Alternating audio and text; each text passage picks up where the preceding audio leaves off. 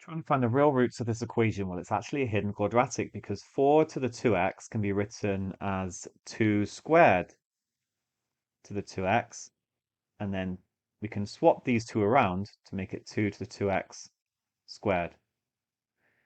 So I've got a quadratic in 2 to the 2x. Just got to deal with that 2 to the 2x plus 3. Well, in a similar way, I can write that as 2 to the 2x times 2 to the 3, just sort of using rules of indices here, and hence it's 8 times 2 to the 2x, which means our equation becomes 2 to the 2x squared minus 8 lots of 2 to the 2x plus 12 equals 0. And you can either do a substitution or you can just go for it and try and factorize in terms of 2 to the 2x. You could let u equal 2 to the 2x if you preferred.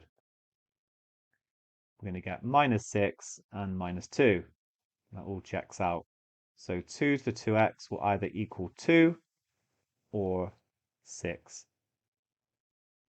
Now in the solutions, okay, they've got some whole numbers, but they've also got things in terms of log to base 10. Now if I was solving this like, my own volition, I would just do log to base 2. It just seems a lot easier, but because the answers have log to base 10 in there, let's stick with that.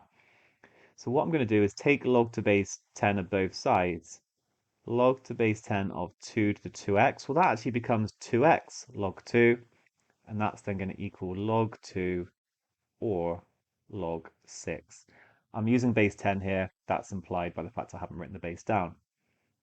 So then x will either equal, well, I'm going to divide through by log to base 2 and then divide through by 2. So I'll get log 2 over 2 log 2 or log 6 over 2 log 2.